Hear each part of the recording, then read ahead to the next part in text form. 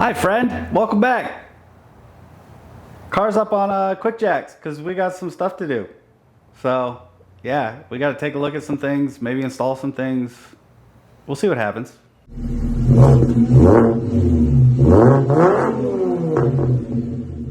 That's right, old girl's up on quick jacks. If you saw my last video, you know she's got an oil leak now. So we got to take the ECS skid plate, the street shield, got to take that off, try to better diagnose where that leak's coming from. A couple other things. So that happened.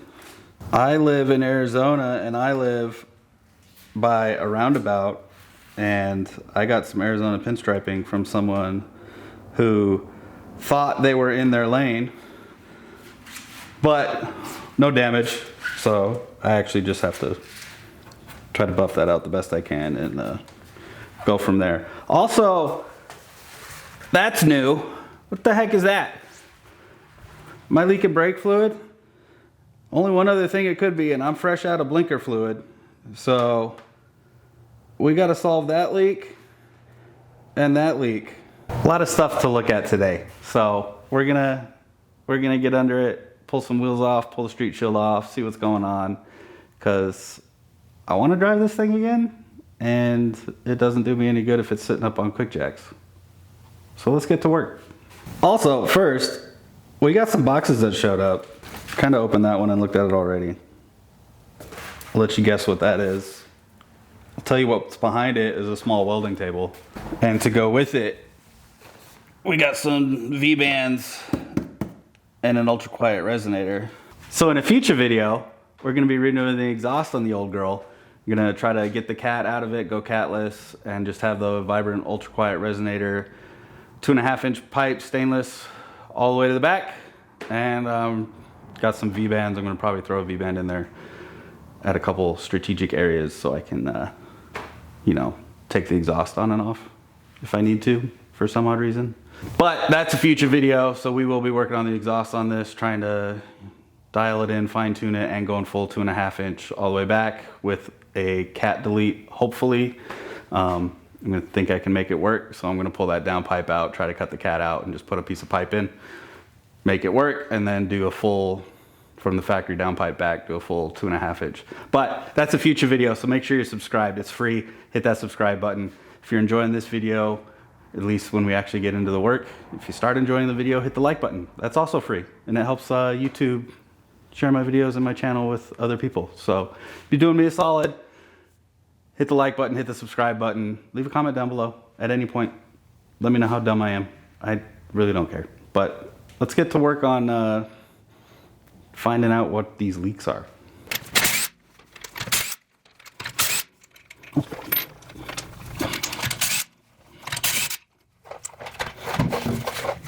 Well, what the heck? That's definitely a wet caliper. All right, wheels off. Caliper's dry all on the outside. It's not leaking from up here. I think we're gonna have to pull this caliper off. It's potentially coming from behind it, so you can see it's all wet down there. And then it's just kind of dry from there. So I think it's coming from the backside, back by this bracket. Definitely gonna have to pull that caliper off and see what's really going on. This does have the GTI upgrade, so it's got the larger diameter rotors and then the GTI carriers. I do have, carriers. I said that right. GTI carriers. Calipers, I do have GTI calipers. However, one of them is seized, and I really need to either try to get that one unseized and then reseal it and use those. The one that is seized just so happens to be this side of the car, so I can't just throw the one that works on because it's for the other side. So I'm gonna have to look into that, or you know, get another set of just factory calipers, or you know, OE replacements. But I'll probably try to get those GTI calipers going. The front does have the red GTI calipers, carriers, and then the larger brakes up front. I just had seized calipers, so I used the carriers with the factory calipers back here. But this one is now leaking, and it is because it is an Duracrap That got replaced at one point. That's a whole different story. I thought I had a seized caliper. Turns out my parking brake cable was kinked, so it wasn't releasing. So anyways, now it's got a dirt crap on it, and that's leaking. But it's been on there for a while, and I don't think it liked the track day, so blew out a seal or something. But I'm gonna have to pull that off later. First order of business is up front and figuring out that oil leak.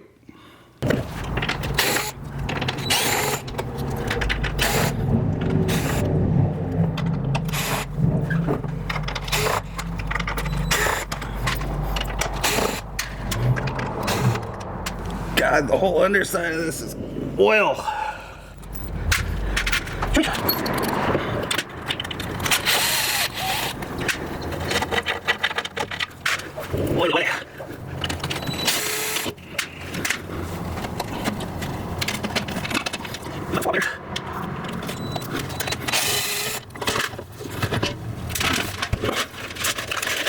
All right, switching over to the phone because it's just easier at this point. So camera change, whatever. You might not even noticed unless I said anything right now, but we're on the phone now.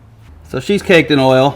I guess not really caked, but she's definitely got a layer of it. Everything under here, just from driving it and having the flow, airflow, bottom of the transmission. Oil pan's kind of dry, a little coming over from here. This, from the top side, is where it looked like it was leaking from, which is the oil filter housing, which is kind of, unfortunately, a common leak. Oh, look, light. Everything's wet under here, but this, unfortunately, is the origin. And I just got to figure out if it's coming up top where it mounts to the block, or if it's the gasket on the canister housing. It is a little wet above the housing. Could have been blowing from the radiator, but you can see the fresh green liquid moly there. So, hoping this is an easy fix with that. I'm gonna fire the car up, and then we'll see exactly where it's dripping from.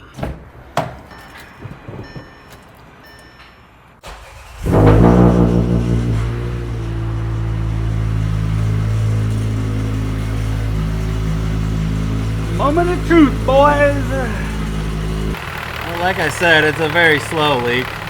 And actually, if you follow it all the way up to where it meets the block, hard to see on camera, but it's dry up there, which is good. It's all on this lower portion. It is a little wet by this bottom screw here, but that's hard to say if it wasn't getting blown up little up from driving the car around. Upper pan's dry. Letting it come up to temp a little bit. Very slow leak. Good news is, I think it's just coming from the canister housing and that gasket when you do the oil change. Which is weird because I did the oil change before the track day, did the whole track day, had no leaking. Drove it for a little while after, and then I started noticing a slow leak later on. So I don't know what happened to that, but I think it's just the canister. That's the top of the canister there. It's almost like it's just weeping a little bit of oil. It's coming down the top side like this and flowing down, and then also on the back side, on the block side. This is back underneath the car, so you can see on the top side there by the coolant hose, you can see that little drip starting to form. It's just flowing down the front side. Obviously not a whole lot of room for the camera. And then on the back side here, which is less, it was forming just the tiniest of streams. So, I might just have to pick up another filter kit for it, pull that filter, pull the canister down, swap it, put the new seal in it, and then see if that fixes it. I think that's a good starting point. I don't want to replace the entire housing. This is the second housing that's been on the vehicle, so I want to say around 150,000 miles this car got it, maybe a little sooner. It's at 190 now. Shouldn't be leaking. It was a OE housing and OE gasket that went on it, so genuine Volkswagen stuff that went on it when I replaced it the first time.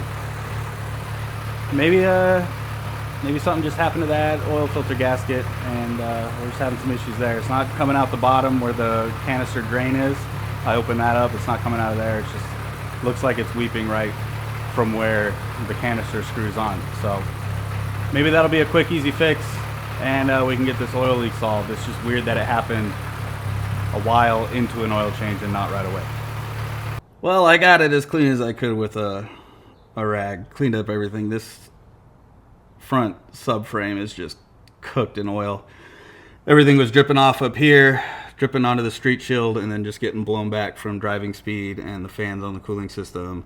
And it was just plowing everything underneath on its way out the back because the street shield pretty much seals everything off.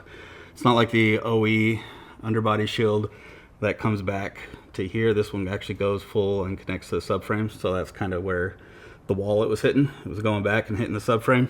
Sorry to leave you guys on a cliffhanger with this, but I think it's just the seal on the canister there. So I'm gonna get a new filter at some point, throw it in here. For now, the car lives on quick jacks anyway, so I'm not in a rush to get this back on the road. I can drive it anyway. It's just gonna make another mess underneath. But we will replace the gasket in that canister, put a new filter in it, top it off with oil. Of course, the good green Liqui-Moly stuff, and that should solve the problem. And yes, I am gonna clean that street shield before it goes back on the car. We're gonna put some degreaser on it, get the pressure washer out, and get it all nice and clean before it goes back on, because there's no point in putting dirt back on the car, right? You got it off, might as well clean it. That should be that solved. I think we should probably pull that caliper and see why that's leaking, because that's pretty important. You got to have stopping power, right? The other thing I was going to do today is, if you've seen a couple of my videos after my track day, I got a cracked boot on the passenger side axle. I've been driving it. I haven't swapped it out yet. I do have another one that I got from LKQ. I was going to throw that in, but as you can see, I'm sweating pretty hard because it's summertime in Arizona and it's pretty humid and hot. And I think we pull that caliper, see where the leak's coming from, see what's going on with that. That way we can come up with a plan to fix that.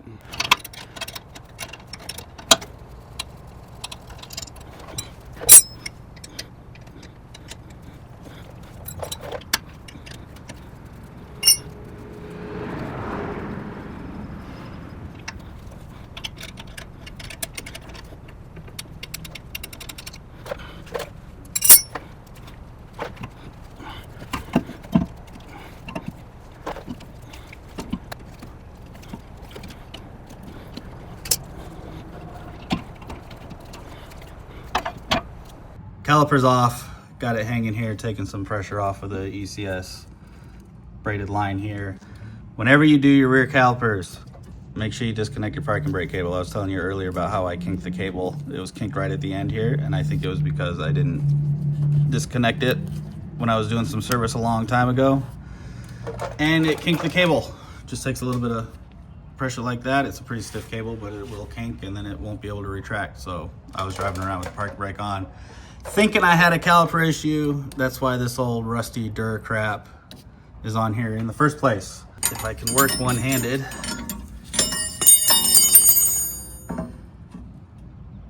All the fluid is on the backside here. I think it's from the mechanism here. So you can see the bottom of there is where it's got the wet look to it. So I think that's where it was coming on from the backside. The whole front side's dry. Backside there is a Duralast. I don't remember if they lifetime warranty these or not. I'm gonna look into it. I'm gonna look up the part number and see if they do. Not leaking from the connection from the line, not leaking anywhere else. It's all coming back here where the mechanism is. So that all actually is what's bolted into the housing itself.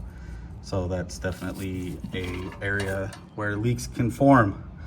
So I'm gonna have to look into that, see if I can get that swapped out, or if I can just maybe, you know, get off my rear end and actually do something about those GTI calipers. This is a good excuse to do it.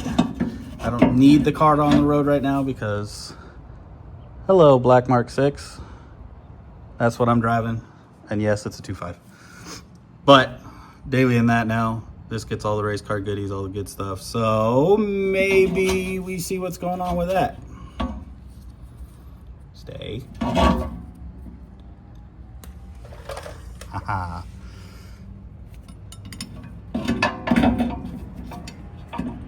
Okay, can you just live here? Just not kink that. There we go. Okay.